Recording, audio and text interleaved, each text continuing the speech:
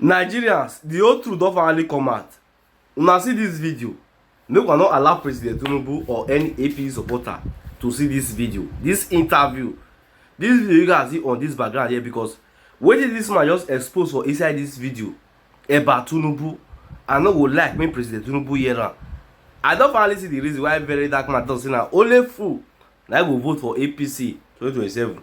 Make una come hear this man im own reaction for so many questions wey be like say they ask am for inside this video about the happenings in this country, but na wetin come tell President Tinubu at the ending of this video na wetin shock me.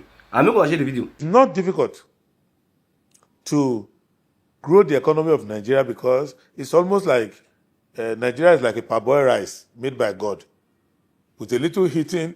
It's edible, you know. So the country is easy to develop. You can transform it easily, but you can also easily decay if your mind is focused on yourself and accumulation of power. So I think that President Tinubu's psychology, as I see it, is that he believes that let me take care of myself, let me consolidate myself, let me have complete grip of this economy, of the power, of the system, institution for myself. All right, let's look at sometime last week or thereabout, Reuters came out with a report that the government was running a shadow budget where they spent about 8.8 trillion naira. That is outside the budget, will represent about 2% of our GDP. What do you make of this kind of allegations, even though government is denying? Reuters, whatever Reuters is writing, Reuters doesn't understand the issue. The government is a ghost.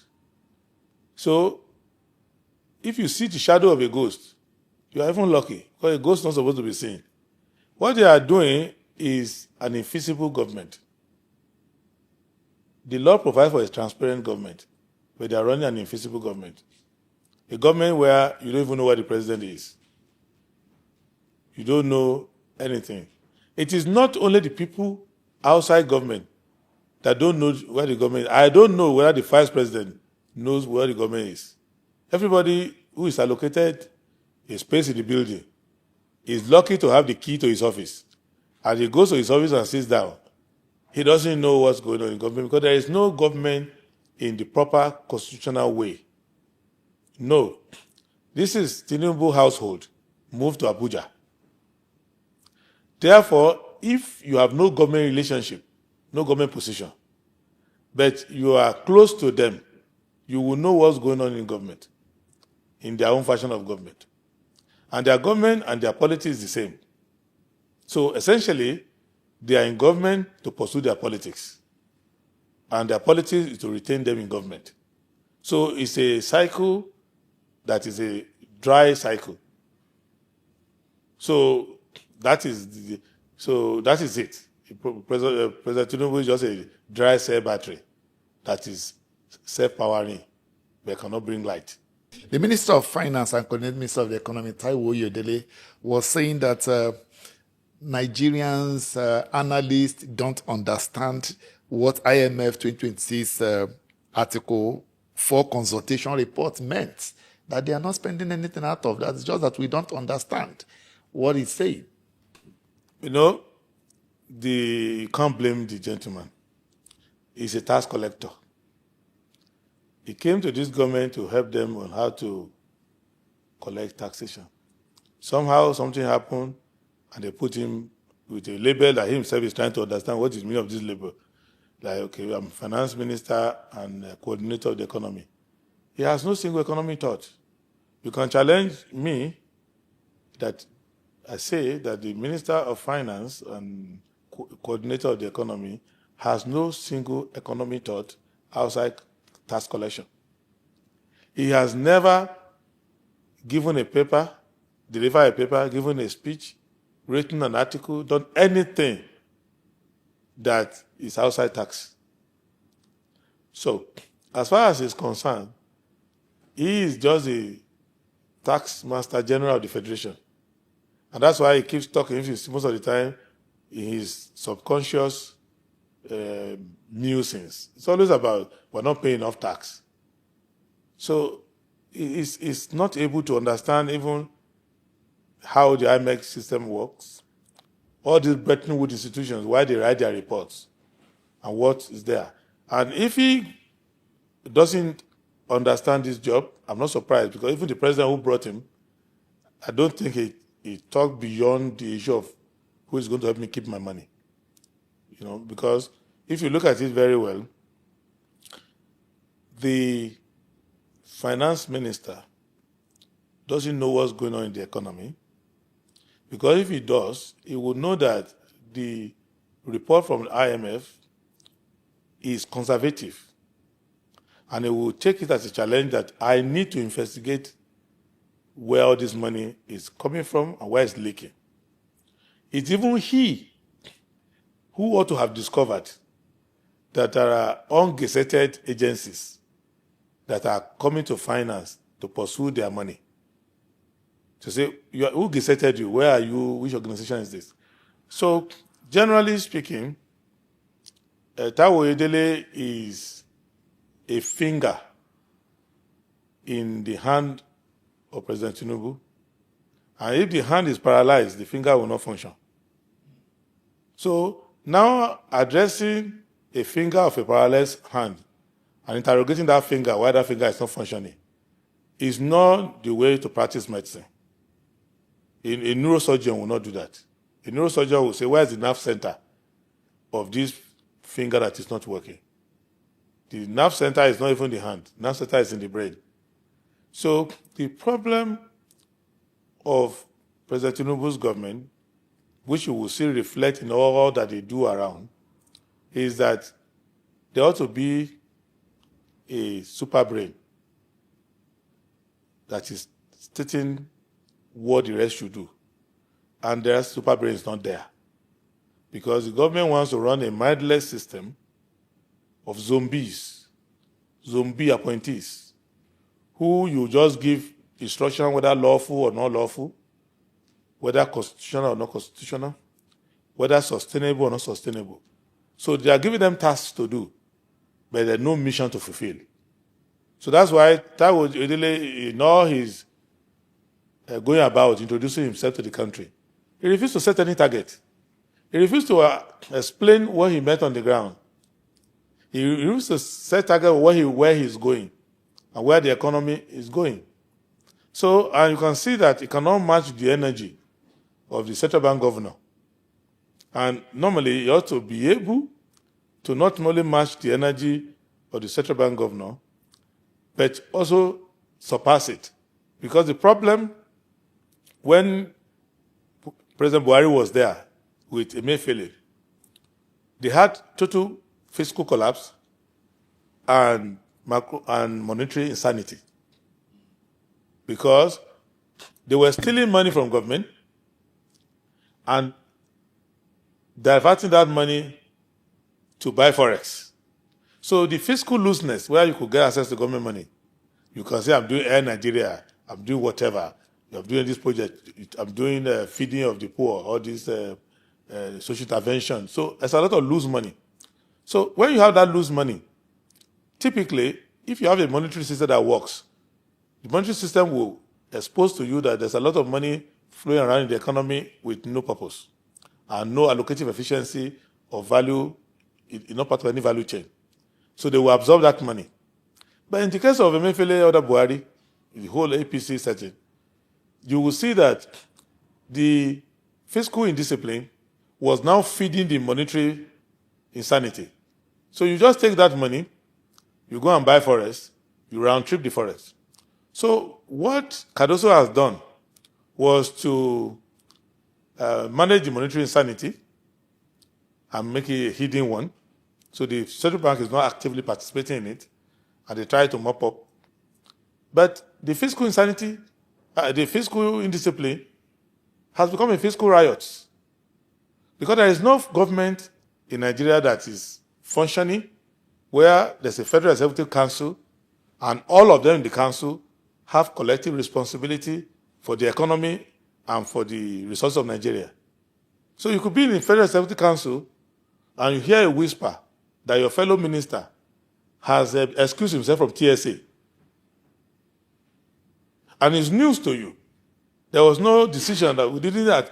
The memo wasn't brought to council where we debated it. So the person who is national planning is thinking that, okay, everybody is under TSA. But to his chagrin, some are dropped out.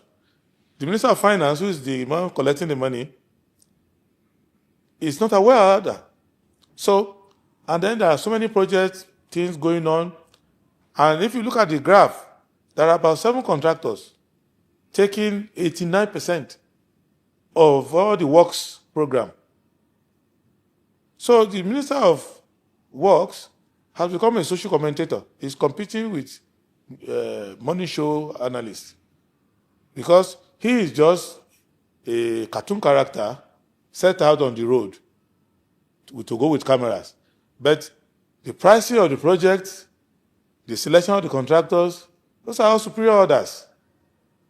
So these are the problems that we're seeing, and that Taiwo Odele is not the person you're going to go to. He's a journey just come. He was brought there for the very lack of intelligence. Because even Wale Edun, who somehow was half compromising, that wasn't sufficient enough. You have to just be a complete rubber stamp.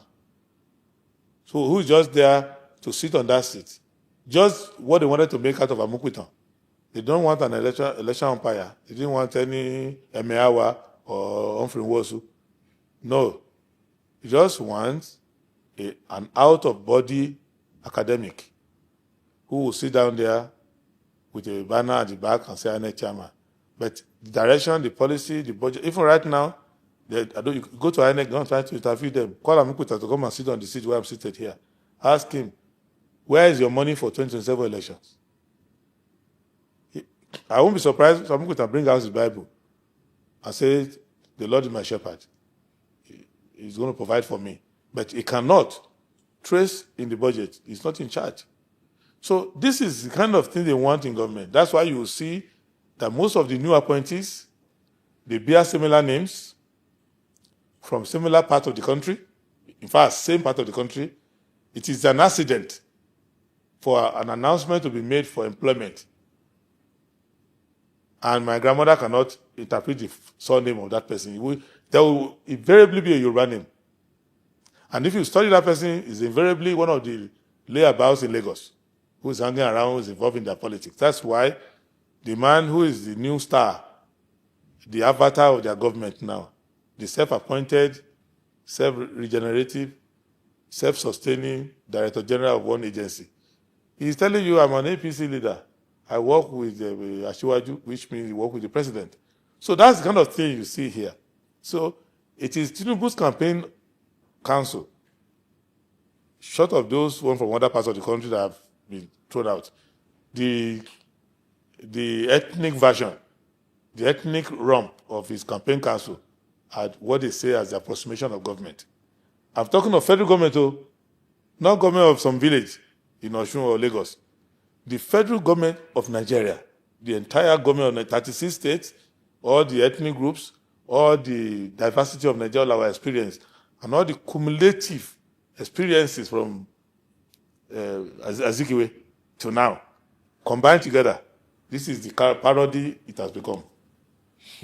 Let's talk about the very topical, sensitive issues. You've made references to it. Let's now delve into the meat of this issue, and that's the bribery scandal surrounding the chief of staff to the president. Prince Adeniyi Adeyemi claimed that he is the Director General of Presidential Foreign Intervention Promotion Council, accused the chief of staff of receiving 400 million from him through a proxy, and outstanding 200 million was to secure an appointment. However, the chief of staff has distanced himself from the guy and the agency, saying he does not exist. And somehow, the special advisor to the president on information and strategy absorbed the chief of staff completely, saying that this man is an impostor. What do you make of this drama? It's just a drama. It's left to Nigeria. You see, all of this is possible because the Nigerian media somehow have taken up the role of the audience in Shakespearean tragicomedy. Because the audience in Shakespearean tragicomedy, they know the script. Because before Shakespeare goes to act his script on the stage, he's written the drama before. We've read it. So if you go and sit down to watch Othello, you already know the whole storyline, how it's going to happen to the end. So if you go and watch Macbeth, you already know Macbeth's story. So the Nigerian media knows the truth, but they see the government now as a content. They see crime and criminality as content. So they keep allowing the story to go. It's obvious that President Tinubu knows very well and doesn't mind that people pay money to his principal staff to get appointments and to get access. So it's a dead government.